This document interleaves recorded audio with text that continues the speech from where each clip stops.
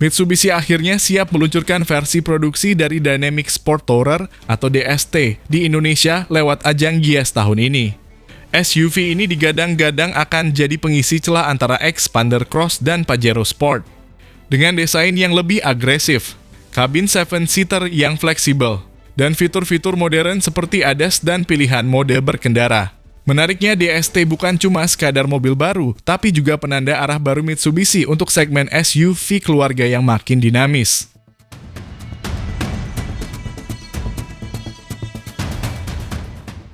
Namun di sisi lain, ada satu nama yang pelan tapi pasti mulai mencuri perhatian.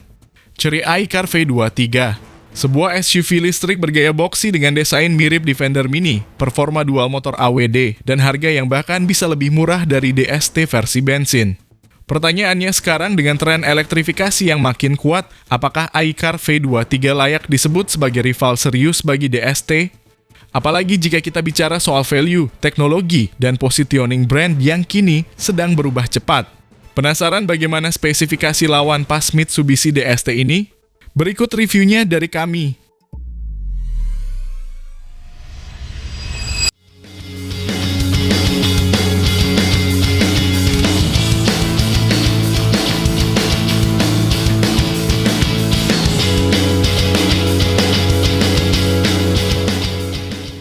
Halo semua, selamat datang di channel Oblitz. Kalau kalian ngira mobil listrik itu cuma buat nganter anak sekolah atau belanja ke minimarket, tunggu dulu. Kenalin, ini dia Chery iCar V23, sebuah mobil listrik bergaya SUV retro yang tampil beda banget dari mobil-mobil listrik kebanyakan. Gak mau kalah sama Suzuki Jimny atau Jeep Renegade, mobil ini tampil dengan gaya kotak-kotak galak tapi unyu. Serius, ini mobil bisa bikin Anda ngerasa maco dan gemes sekaligus.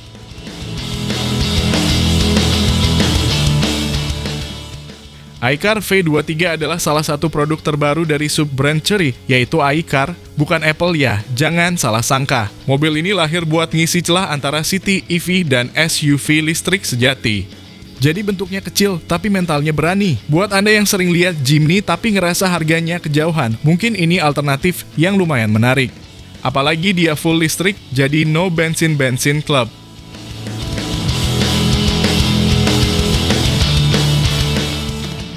Desain eksteriornya, wah ini bagian paling nyolok. Gaya kotak-kotak retro dengan sentuhan modern, pakai lampu bulat LED, grill model palsu ala-ala over fender tebal, dan pelek yang ngasih kesan tangguh. Secara dimensi dia punya panjang sekitar 4,2 meter, lebar hampir 2 meter, dan tinggi 1,8 meter. Lumayan gede untuk ukuran city SUV, tapi masih cukup ringkas buat parkir di Indomaret.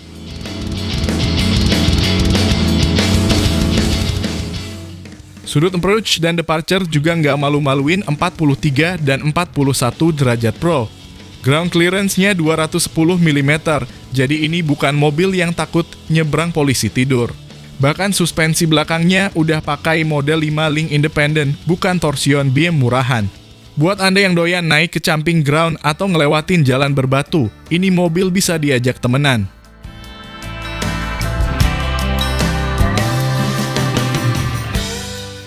Soal performa, Chery ngasih pilihan dua tipe motor tunggal penggerak belakang dan motor ganda all-wheel drive.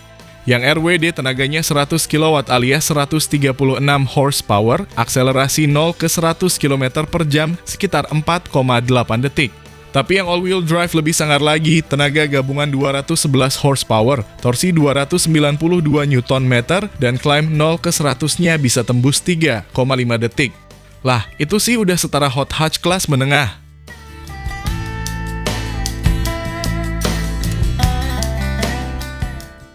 Baterainya juga punya banyak opsi.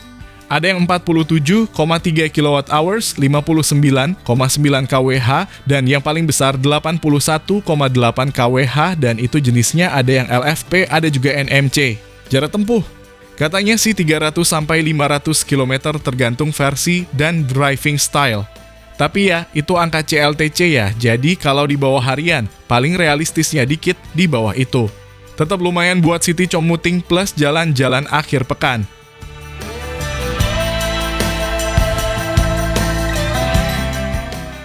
Interiornya surprisingly modern dan rapi. Ada layar sentuh gede 15,4 inci, head unitnya sudah support Apple CarPlay dan AI Voice Command. Materialnya, campuran plastik keras dan soft touch ya standar EV harga ekonomis lah. Tapi yang bikin menarik desainnya itu nggak ngebosenin. Ada sentuhan warna-warna kontras, bentuk dashboard agak funky, dan layout yang cukup ergonomis.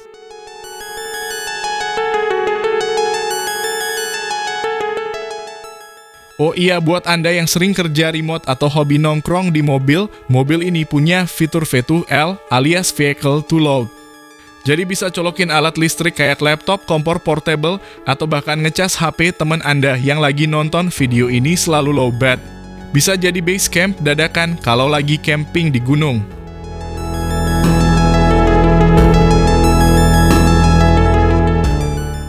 Fitur-fiturnya juga nggak pelit. Mulai dari sunroof, kamera 360, sensor parkir, hingga sistem bantuan mengemudi semi-otomatis. Chipsetnya pakai Snapdragon 8155 buat infotainment dan Horizon Robotics buat ADAS-nya. Jadi ini mobil bukan cuma lucu doang, tapi juga lumayan pintar.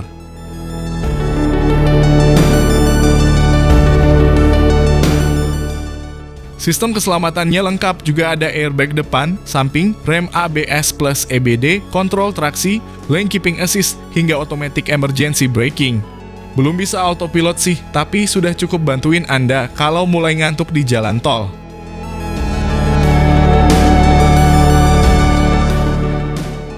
Kalau ngomongin harga di Tiongkok, iCar V23 ini dijual mulai dari 99.800 yuan alias sekitar 220 jutaan rupiah. Varian paling tinggi yang all-wheel drive dan baterai gede ada di kisaran 270 jutaan rupiah. Buat ukuran mobil listrik dengan performa dan fitur segini, itu sih termasuk murah banget. Apalagi kalau nanti masuk sini bisa dapat insentif PPN 0%.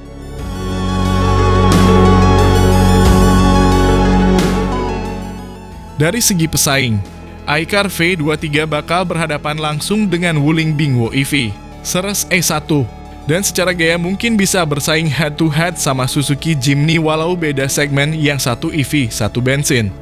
Tapi dari sisi gaya dan lifestyle, iCar V23 bisa banget curi pasar anak muda yang pengen tampil beda.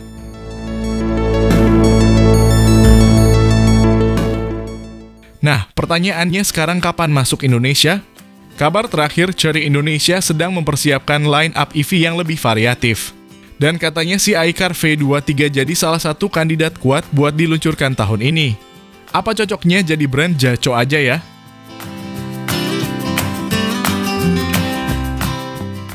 Jadi buat Anda yang pengen mobil listrik mungil tapi nggak pasaran, bisa off-road ringan, dan tampilannya bisa bikin orang nengok dua kali, Chery iCar V23 ini layak ditunggu.